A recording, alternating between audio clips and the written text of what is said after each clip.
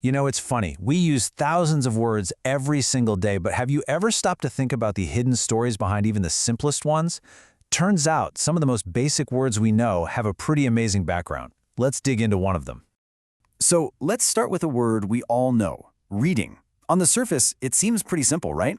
The dictionary defines the noun form as, well, a spoken performance of something written. You know, like going to an author's reading or hearing a poem read aloud. Straightforward enough. But this is where things get really interesting. What if I told you that this everyday word isn't just any word? It's actually a member of a super exclusive club, a carefully chosen list that gives it this whole other layer of importance. So, how did we even figure this out? Well, the clue was hiding in plain sight, right there in the dictionary data for the word reading. Yeah, tucked away with all the pronunciations and definitions was this one little line, reading is on the Basic English 850 list. And when I saw that, I thought, okay, hold on, what is that? I knew we had to find out. Which, of course, leads us to the big question here. What in the world is the Basic English 850 list, and why does it even matter? All right, let's break it down. We're about to decode this really fascinating attempt to build a version of English for the entire world.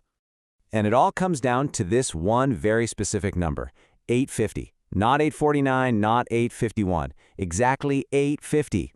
Now, it's really important to get this. Basic English isn't just simple English. No, it's a whole language system built from the ground up with a tiny core vocabulary of just those 850 words. The idea was that these words would be enough for clear, everyday communication, no matter where you are on the planet. And the creators had some pretty big goals. I mean, they wanted to build a go-to second language for international use, make it way easier for people to start learning English, and just generally push for communication that's super clear and direct. The thinking was, if you master this foundation, you can actually express some pretty complex ideas. So let's bring it all back to our original word. How does reading fit into all this? Why did it make the cut for the super exclusive list of 850 words? Well, it turns out the word reading is a workhorse. It's incredibly efficient because it lives a kind of double life. On the one hand, yeah, it's the noun we talked about, but it's also a verb form, the ing version of to read. So it's basically doing two jobs for the price of one spot on the list.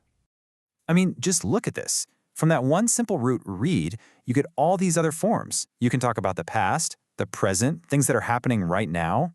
That kind of flexibility is absolute gold when you're trying to build a whole language with as few words as possible.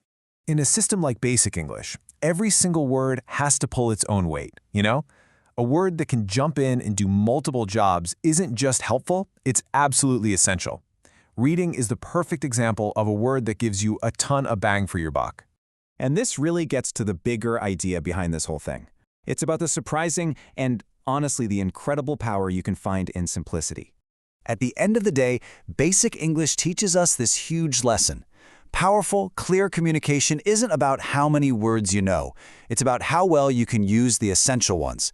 It's proof that you can build something amazing with a small but really well-chosen set of tools. So, I'll leave you with this final thought. In our world today, with so much noise, so much jargon, and just so much complexity, what if we tried to say more with less? What are the truly important ideas you could explain if you only had 850 words to do it? Something to think about.